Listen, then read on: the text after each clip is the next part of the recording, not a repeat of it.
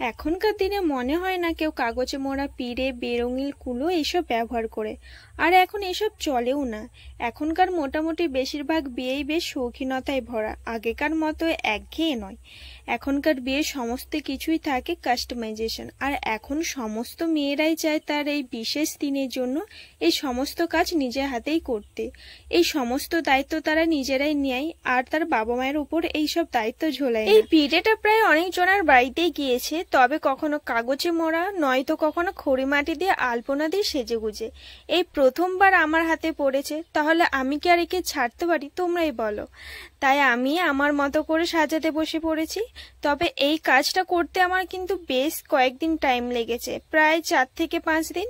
আমি বেশিরভাগই কাজ যখন করতে বসি চেষ্টা করি একদিনেই শেষ করতে, কিন্তু বাড়ির কাজ, তার উপরন্তু এই বর্ষাকালে কাজ করতে বেশ সমস্যা হয়। তাই মাঝে মাঝে রোদেরও অপেক্ষা করতে হয়েছিল। পিরিয়ডের সাইজটা একটু ছোট হয়, প্রথমে ভেবেছিলাম পিরিয়ডের ধারে ধারে ডিজাইন করব, কিন্তু পিন্টারেস্টে এই কোণে ছবিটা দেখে আর নিজেকে আটকে রাখতে পারলাম না, করেই ফেললাম এই কোণেকে।